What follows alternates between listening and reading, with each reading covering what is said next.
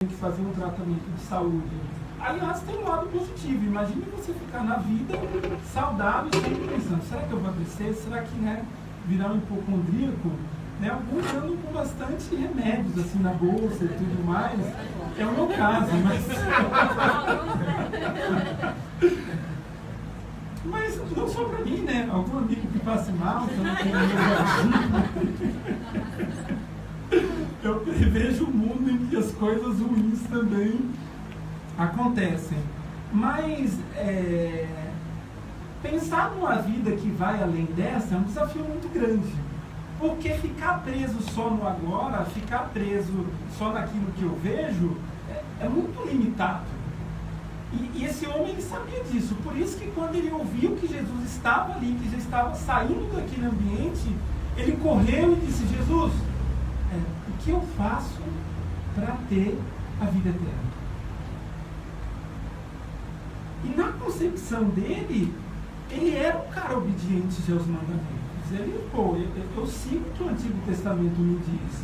Eu sigo as leis da Torá. E desde a minha juventude eu atendo a esses mandamentos.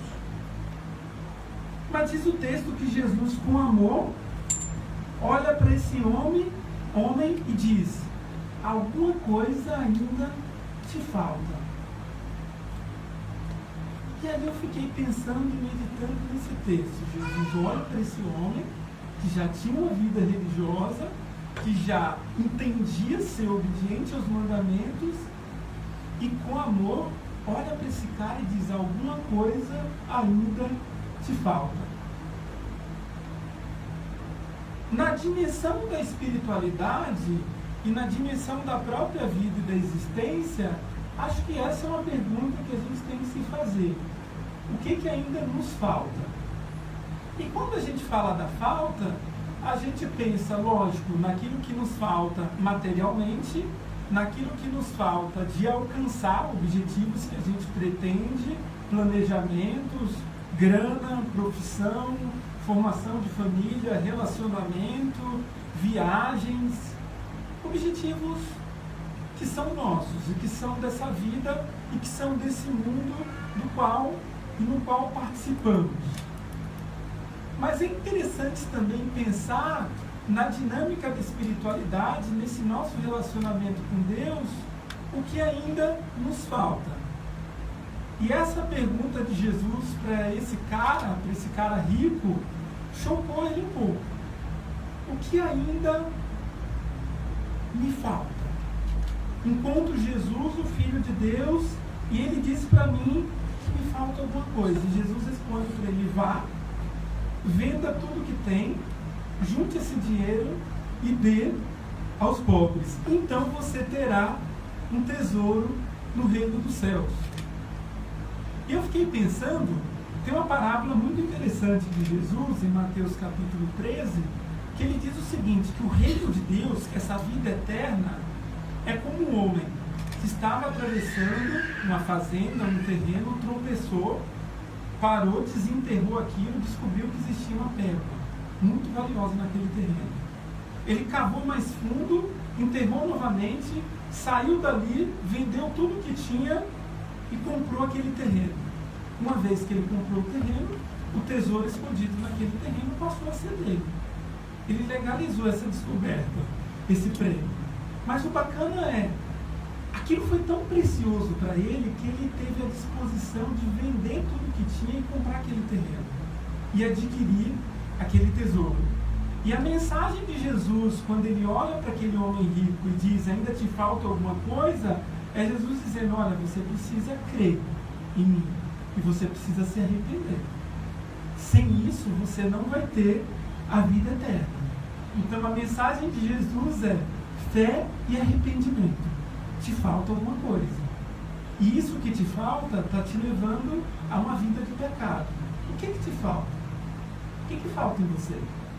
E mais uma vez insisto, para o homem moderno é muito difícil pensar no conceito do pecado.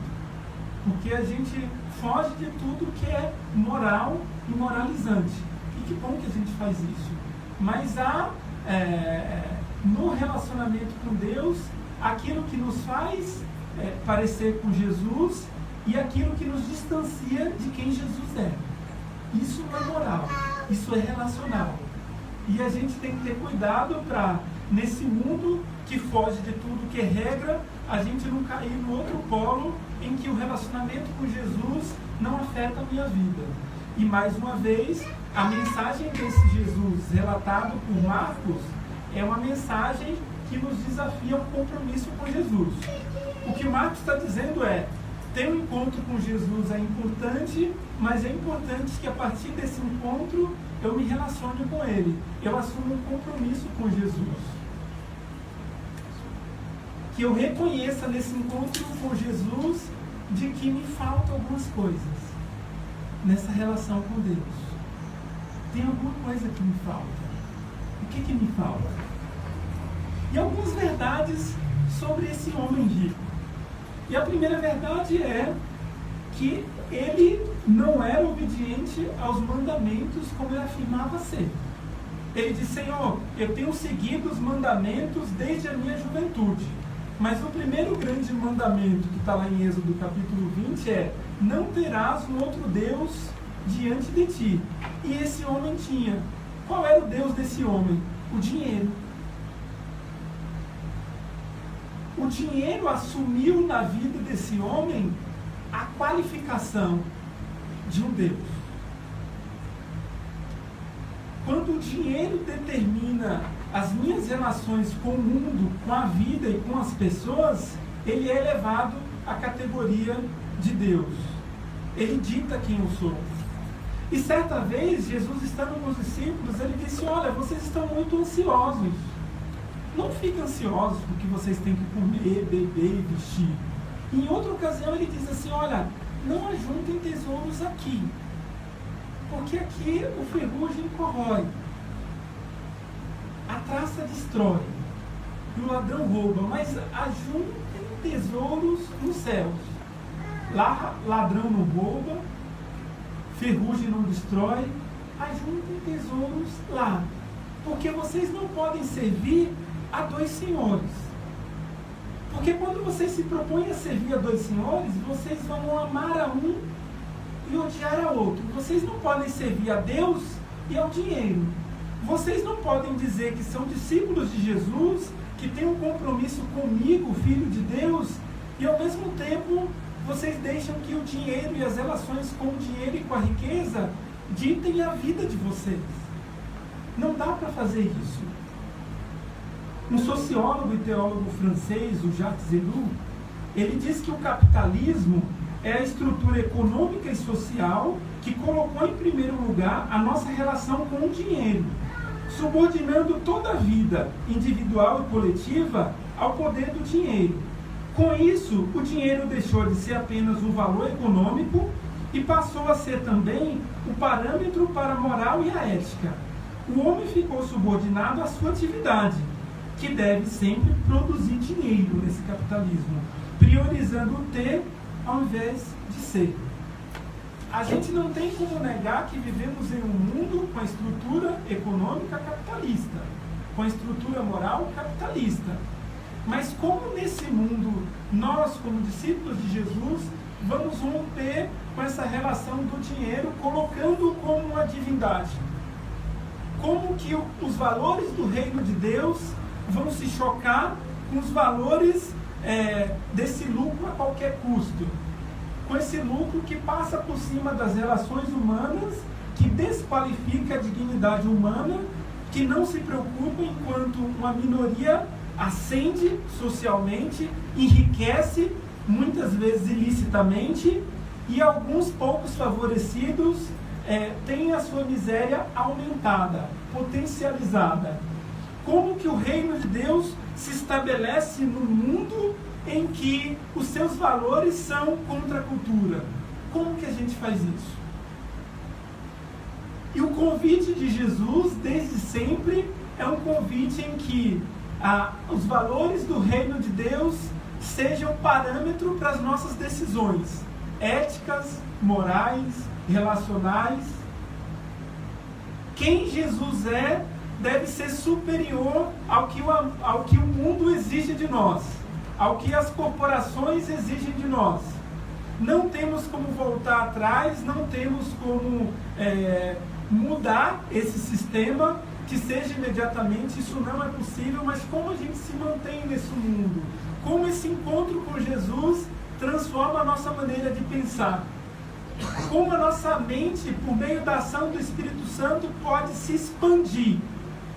E como que a gente pode transcender no mundo que é material, no mundo que é imediatista? Como que a gente faz isso? E o que Jesus está dizendo é: falta isso para vocês. Vocês precisam deixar alguns deuses. Vocês precisam deixar alguns valores, que não são valores do meu reino. São valores que vocês aprenderam, vocês foram produzidos nessa cultura, mas vocês precisam abrir mão disso. Vocês precisam ter um encontro comigo, e nesse encontro comigo vocês precisam ser transformados. E é isso que esse homem rico não entendia. Apesar de que, no fundo, talvez ele entendesse. Se ele acreditava que já seguia todos os mandamentos, por que o desespero dele ao se encontrar com Jesus? Por que a falta de convicção dele em relação à vida eterna? Se as leis, se a lista de regras já o fazia atender aos critérios para ter acesso à vida eterna, por que o desespero dele ao se encontrar com Jesus? A quem ele queria enganar? A Jesus a gente não tem como enganar. Ele conhece o nosso coração. E ainda que a afirmação daquele cara fosse: eu tenho seguido os seus mandamentos, Jesus vai direto ao ponto, mais uma vez sem fazer rodeios, e questiona: alguma coisa ainda te falta.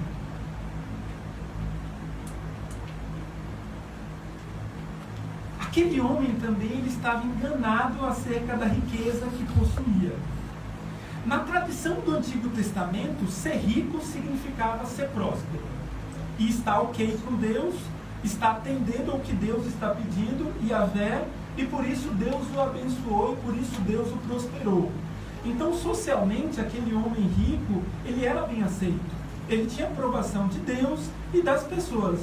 Inclusive, a condição dele de riqueza provava, em aparência, que ele era um cara que obedecia a Deus. Esse foi um dos grandes desafios de Jó. Quando era um homem muito rico, passou por provações, perdeu família, perdeu riqueza, os amigos se aproximaram dele e disseram: você deve ter pecado contra Deus. Para Deus ter te tirado tudo, especialmente a riqueza, é porque você está desobediente a Deus. Se você estivesse sendo obediente a Deus, você teria continuado rico. A dinâmica era de uma teologia retributiva. Se eu obedeço, eu sou abençoado, eu sou próspero, eu tenho saúde, eu tenho grana, eu tenho fortuna, eu tenho riqueza. Se eu desobedeço, eu perco saúde, eu perco família, eu perco riqueza. Aquele homem, nesse aspecto, a partir de um olhar do Antigo Testamento, estava ok. Mas o que Jesus estava dizendo para ele é: você acha que você é rico, mas você não é rico. O que Jesus disse para ele é: você quer ser rico? Vá, venda tudo que tem e dê aos pobres. E aí você vai juntar tesouros nos céus. A riqueza que eu estou apresentando para você é uma riqueza que transcende a essa que você acredita que tem. Em vários momentos, no nosso relacionamento com Deus, a gente entra em crise porque a gente não tem o que a gente entende que deveria ter. Porque a gente não é atendido naquilo que entendemos que Deus deveria nos atender. Aliás, a gente construiu uma dinâmica de espiritualidade, especialmente no Brasil, em que Deus tem que nos servir, em que Deus tem que nos atender. E de preferência de forma imediata. De preferência numa forma muito instantânea. Eu peço e Ele me atende, porque Ele tem que me atender. Eu saio da dinâmica do reino de Deus, do relacionamento com Jesus, e retomo a dinâmica do merecimento, do mérito. Somos ensinados de que nós só vamos alcançar alguma coisa se a gente obedecer e se a gente produzir. a teoria do Dorival Caymmi de que a preguiça e o descanso é um valor humano, ou são valores humanos, isso foi rechaçado por uma sociedade que não pode parar.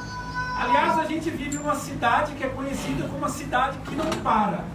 E isso falamos com orgulho. Como se a vida devesse acontecer o tempo inteiro, sempre numa dinâmica de produção. Como se a gente fosse sempre uma peça na engrenagem da vida. Porém, isso é um absurdo. E o convite de Jesus é um convite em que a gente pare de vez em quando, pense sobre si mesmo, repense a vida e repense a nossa relação com o mundo. E o mundo que eu digo aqui é o mundo das relações. É o mundo onde a espiritualidade deve acontecer. Quando eu me torno em coisas junto com outras coisas, a vida se perde. Porque eu me torno mais uma coisa. E o que Jesus está dizendo é, mude a sua forma de pensar. O apóstolo Paulo diz que quando a gente é alcançado por Jesus, o Espírito de Deus passa a habitar em nós e a gente tem uma mente transformada. Ele usa lá em Romanos capítulo 12 a expressão de expansão de mente. A gente vive aqui, mas a vida ganha também uma outra dimensão. Eu não saio daqui porque eu estou pisando no chão, naquilo que é concreto. Mas o mundo espiritual atravessa toda a vida, toda ela. Enquanto eu ouço as vozes do sistema no qual eu estou inserido, eu devo parar para ouvir a voz de Deus, que diz, não é a riqueza aqui, é a riqueza no céu. Jesus não pede para todos os ricos venderem os seus bens e distribuírem aos pobres. Mas no caso específico desse homem, o que Jesus está dizendo é, a riqueza, o dinheiro se tornou um Deus na sua vida. E muitas vezes a gente constrói altares e outros deuses na nossa vida. Para algumas pessoas, o Deus é a razão, é a racionalidade, é a ciência. Para algumas outras pessoas, o Deus são os relacionamentos amorosos. Elas entram numa relação amorosa com outra pessoa e essa pessoa se torna um Deus na sua vida. O que Jesus está dizendo é, o convite que eu te faço nesse encontro, esse convite para você caminhar comigo, não cabe um outro Deus que não seja eu. Ele é Senhor sobre tudo e sobre todos. Alguma coisa ainda nos falta. Jesus nos conta também no Evangelho de Lucas, capítulo 12, uma outra parábola interessante. Jesus está trocando ideia com alguns discípulos e tem um cara que chega lá, se aproxima e fala, Jesus, nossos pais morreram e meu irmão não quer dividir a herança comigo. Ele quer ficar com tudo para ele, ou ele quer ficar com a maior parte para ele. Naquela época existia a seguinte tradição: o primogênito da família ficava com o dobro da porção da herança em relação a todos os seus irmãos. Era primogênito, não tinha vantagem. Eu não sei se exatamente o que aconteceu em Lucas 12 ali, se foi essa questão. Se era irmão mais velho que queria mais do que o dobro, mesmo tendo essa autorização legal da época de ter o dobro em relação aos outros herdeiros. Mas esse cara chega para Jesus desesperado e diz, Jesus, meu irmão não quer dividir herança comigo. E Jesus diz, olha, eu vou contar uma parábola para vocês. Certa vez um cara tinha muita grana, ele tinha muito dinheiro. Ele era dono de um conglomerado de empresas. Tinha muitas empresas, em vários ramos de atividade. O negócio cresceu de tal forma que os espaços dele de depósito, de celeiro, se tornaram pequenos. E esse homem falou, olha, eu vou fazer o seguinte, eu vou derrubar esses celeiros, vou construir outros maiores e vou produzir mais, porque eu vou acumular mais riqueza. E assim esse homem fez. Quando isso aconteceu, esse cara parou e disse assim, agora minha alma, fique de boa, folgue aí, Relaxa, goza, porque agora você tem muita grana e você não precisa fazer mais nada. E Jesus disse, olha, nessa noite você morrerá. E o que você tem vai ficar para quem? E a lição que Jesus dá naquela parábola é: o valor da vida não está nas riquezas que o homem possui. A gente tem sido ensinado que o valor da vida está no estado social, está no saldo da sua conta corrente, nas suas aplicações, na função que você exerce na empresa em que você trabalha. E o que Jesus está dizendo é: o valor da vida não é esse. Como a gente faz para sair dessa dinâmica em que Deus divide dentro de nós um lugar com outros deuses? O mundo das coisas nos suga, nos possui. E essa é a dificuldade de lidar com o poder, com a riqueza, com o status. A gente não consegue mais fazer uso deles. Eles nos possuem. O conhecimento, às vezes, nos possui. Tira de nós a nossa humanidade. Porque ele assume o lugar de Deus, que deveria ser Senhor sobre nós, sobre nossas ações, sobre os nossos pensamentos, sobre os nossos sentimentos. A cultura do reino de Deus em todo o tempo vai combatendo essa cultura da produção desenfreada, essa cultura da desumanização, que nos ensina e que nos incentiva a prosperar solitariamente, ainda que isso seja em detrimento ao sofrimento de tantos outros. E o encontro que a gente tem com Jesus deve nos tirar desse lugar do egoísmo, desse lugar da prosperidade que é apenas uma prosperidade material, individual e centrada em nós mesmos. Esse homem, apesar da sinceridade de se aproximar de Jesus, prostrado de joelhos, e de desejar a vida eterna, a verdade é que ele não queria um compromisso com Jesus. Quando Jesus disse: vá, venda tudo o que tem, pegue o dinheiro e dê aos pobres, diz o texto que ao ouvir isso, o homem ficou desapontado e foi embora triste, pois ele tinha muitos bens.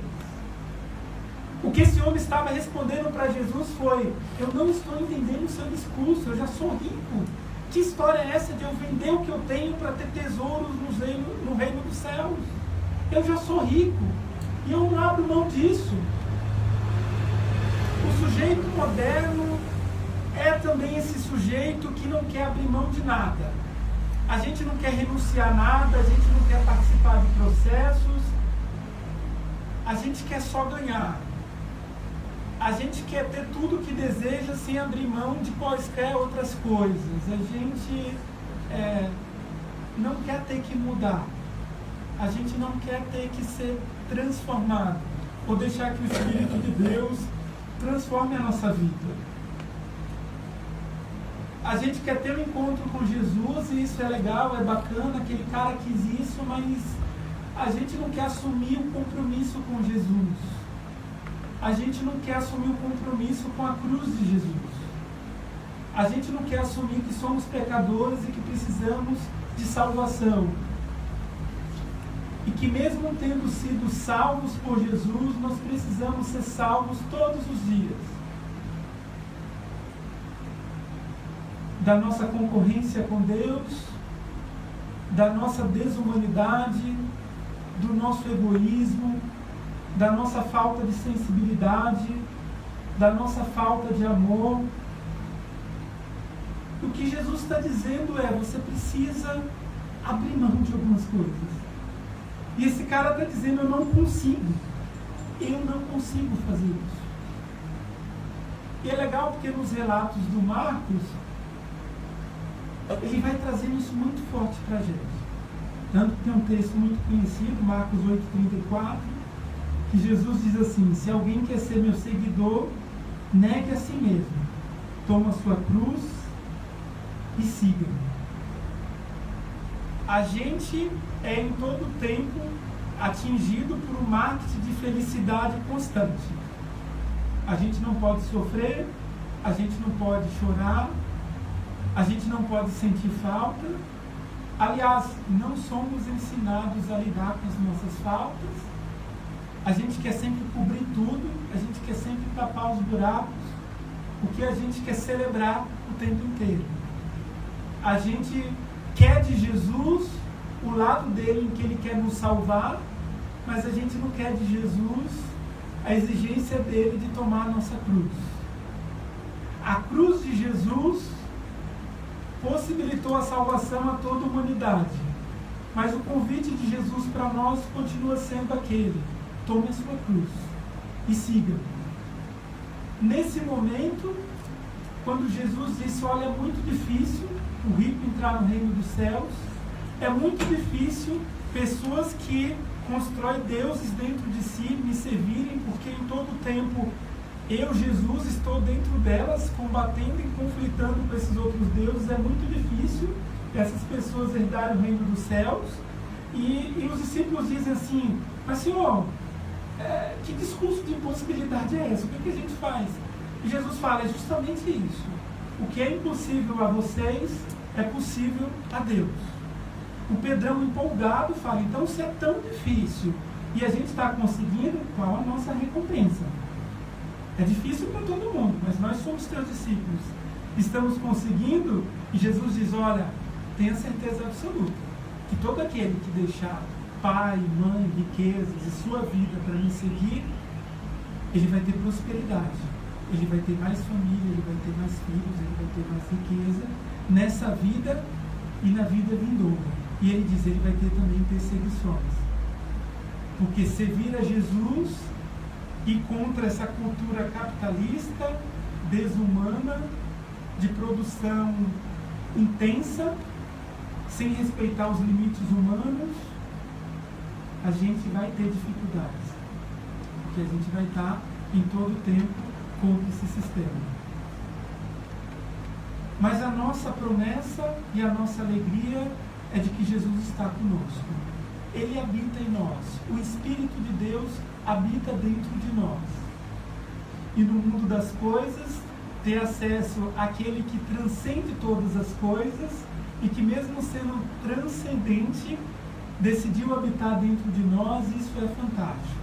Isso é motivo de celebração, isso é motivo de alegria. E no encontro com Jesus, a gente aprende que é preciso deixar algumas coisas, que é preciso entregar algumas coisas, que é preciso renunciar a algumas coisas, que no início pode ser doloroso, mas que vale a pena.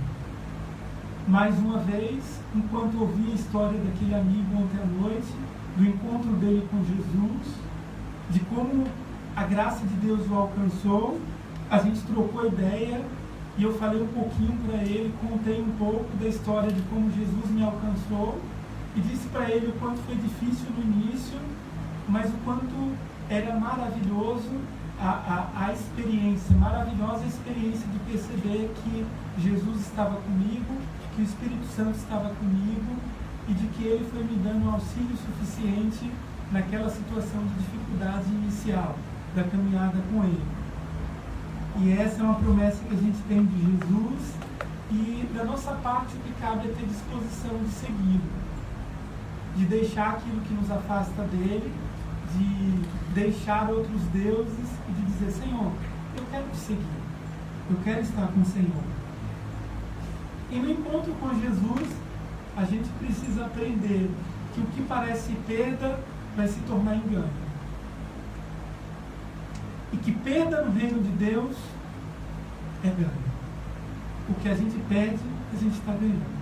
Por isso, certa vez, Jesus disse aos discípulos: você quer ganhar a vida? Então você precisa perder. Fantástico. Você quer ganhar a vida?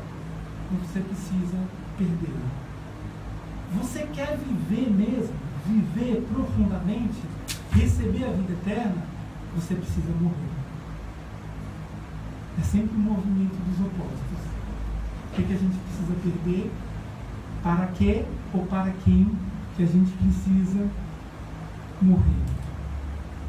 Com Jesus, a gente aprende que a vida não acaba aqui. Bom mestre, que devo fazer para herdar a vida eterna? Apóstolo Paulo, 1 Coríntios capítulo 15, versículo 19, ele diz que se a nossa esperança em Cristo valer apenas para esta vida, somos os mais dignos de pena em todo o mundo.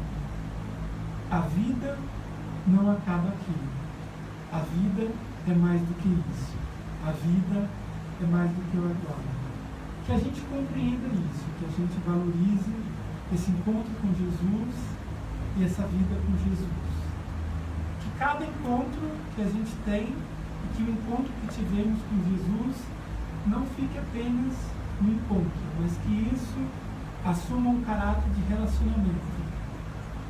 Nosso com Jesus, nosso com a família de Deus, com os nossos irmãos, com os nossos amigos, com a nossa cidade, com o nosso país, com as causas que são nossas. Que a gente não se distancie da vida, mas que a gente aprenda a perder para ganhar, a morrer para viver, e que a gente aprenda a transcender esse mundo do agora. Que a graça de Jesus nos alcance, não somente hoje, mas para todo sempre. Amém.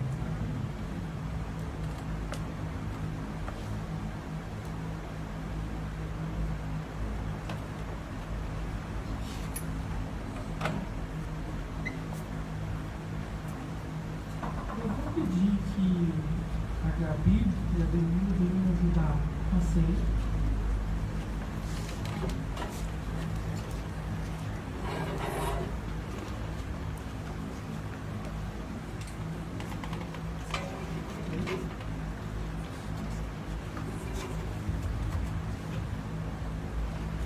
Vou só fazer a leitura do texto.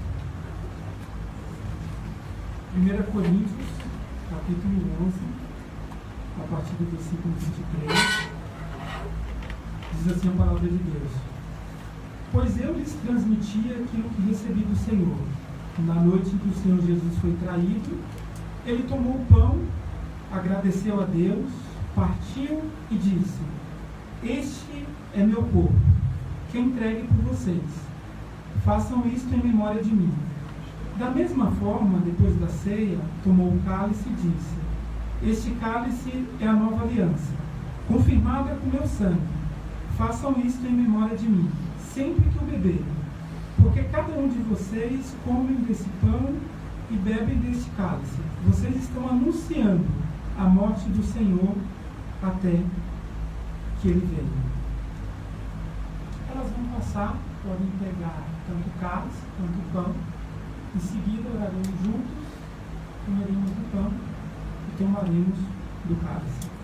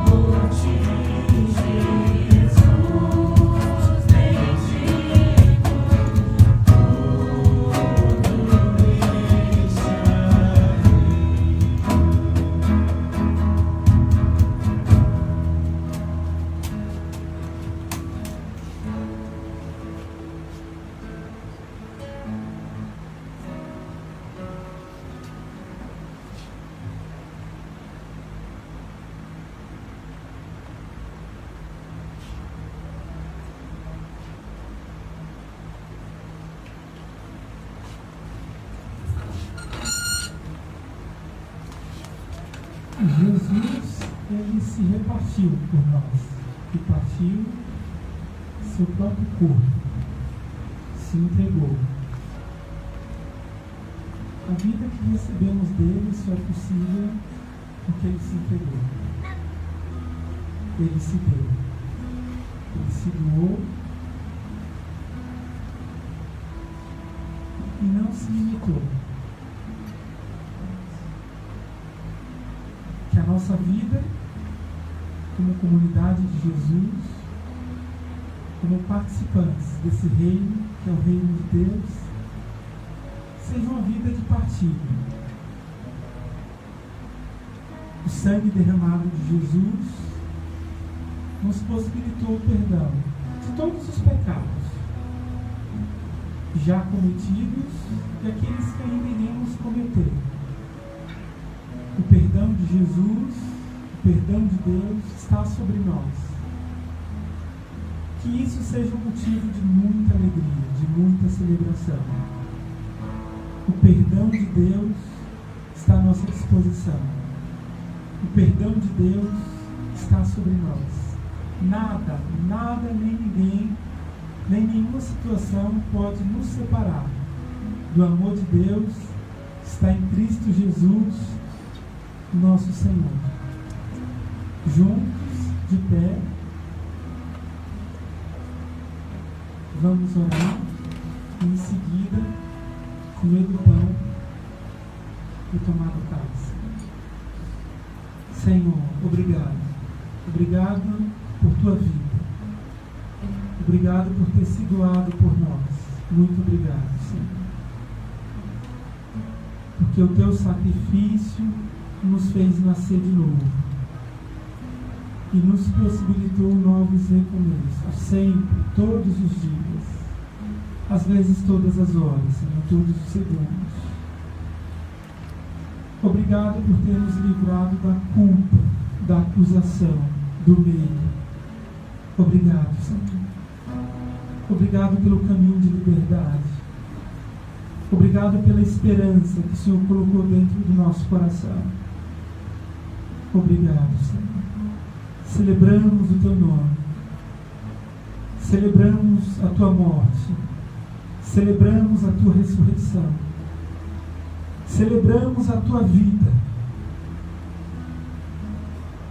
Celebramos o teu retorno, a expectativa que temos. Celebramos a existência sob a tua direção, sob o teu olhar de amor, sob o teu cuidado. Obrigado, Senhor. Obrigado pelo sangue vertido na cruz. Obrigado. Obrigado, Senhor. Amém. Todos juntos, comemos o pão.